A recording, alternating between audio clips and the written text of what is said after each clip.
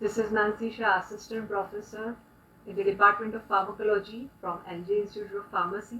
I welcome you all in this MOOC video series, an initiative taken by NJ Institute of Pharmacy. So today's topic of discussion is about anti-gout drugs. So first of all, what is gout? So definition of gout, that is, it is nothing but a metabolic disorder which is characterized by hyperuricemia. Normal level of urate in the body is about 2 to 6 mg per dl. So if the level increases, then it is said to have gout, that is hyperuricemia condition arises. The symptoms of gout are sudden severe attacks of pain, swelling, redness and tenderness in the joints. As you can see in the figure, there is accumulation of uric acid crystals in the joints, right? Urate crystals in the articular fluid, it is observed. So the diagnosis of this is elevated level of uric acid. So the gout, that is characterized as a metabolic syndrome, right, where there is metabolic disease, where there is hyperuricemia. In this, there occurs increased uric acid production or reduced excretion of uric acid, that is impaired purine metabolism. This is mainly observed in monoarticular joints where morning stiffness occurs and the pain is mild.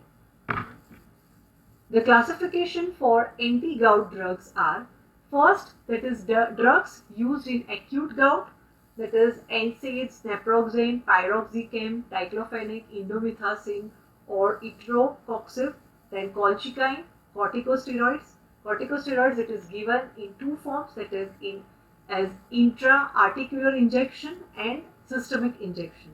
So in intra-articular injection, it is classified as triamcinolone and methylprednisolone, and systemic, it is prednisolone. Then the drugs used in chronic gout. So first, that is uricosuric agents, that is probenecid and sulfenpyrazine, and uric acid synthesis inhibitors, that is allopurinol and febuxostat. The newer drugs are pegloticase and resburicase. So colchicine. Colchicine, it is obtained from Colchicum autumnale. The mechanism of action is that it binds with the tubulin, right, which is associated with the formation of urate crystals, right? So precipitation of urate crystal in synovial joint, which is engulfed by synovial cells, which release the mediators as chemotactic factors and which causes leukocyte migration into the joint, which causes phagocytosis of urate crystals, which releases glycoprotein and aggravate inflammation.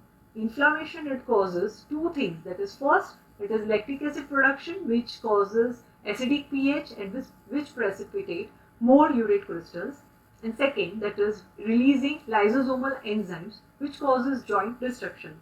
So the main mechanism of action of this colchicine is to bind or is to inhibit the release of mediators, that is chemotactic factors, and to release, affect or inhibit the release of glycoprotein, which will reduce inflammation.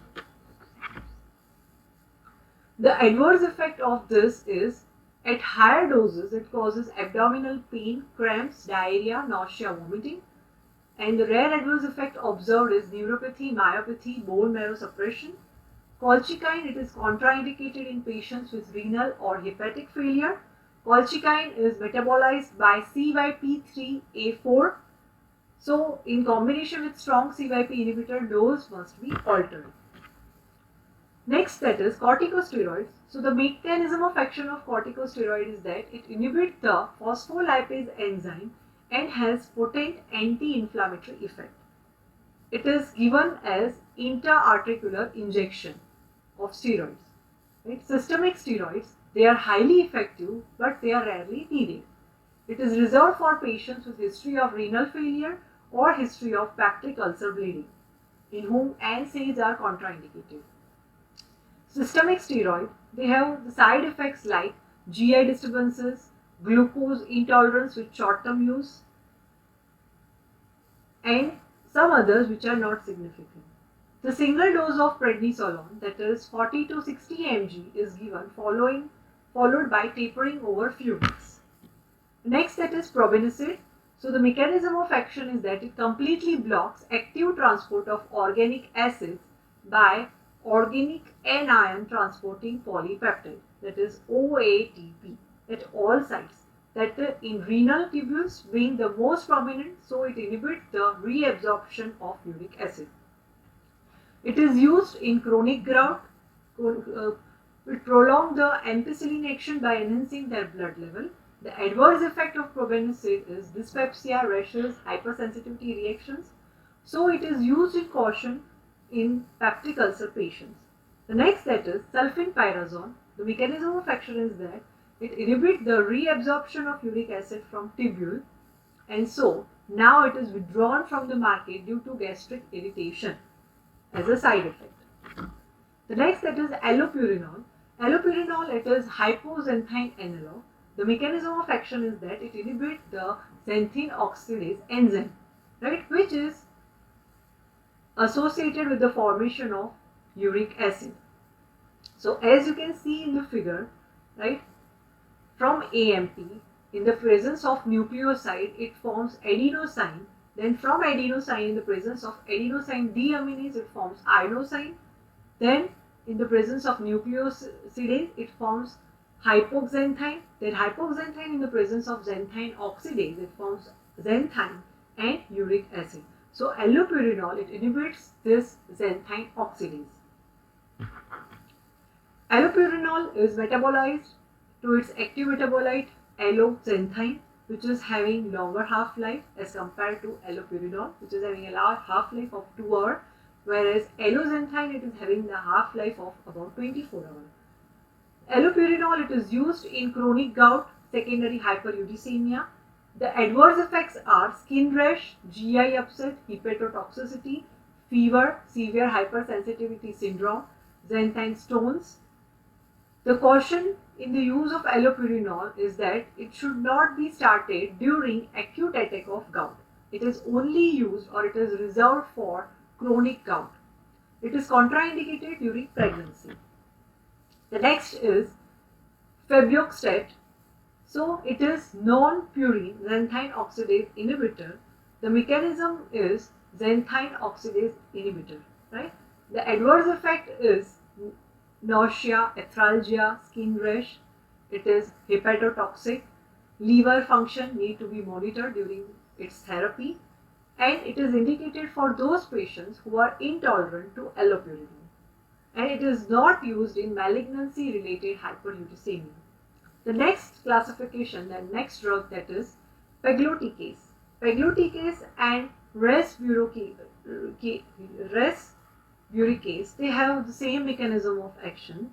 It is a recombinant urate oxidase, that is uricase enzyme, right, which metabolize uric acid into allantoin, which is soluble and easily excreted from the kidney.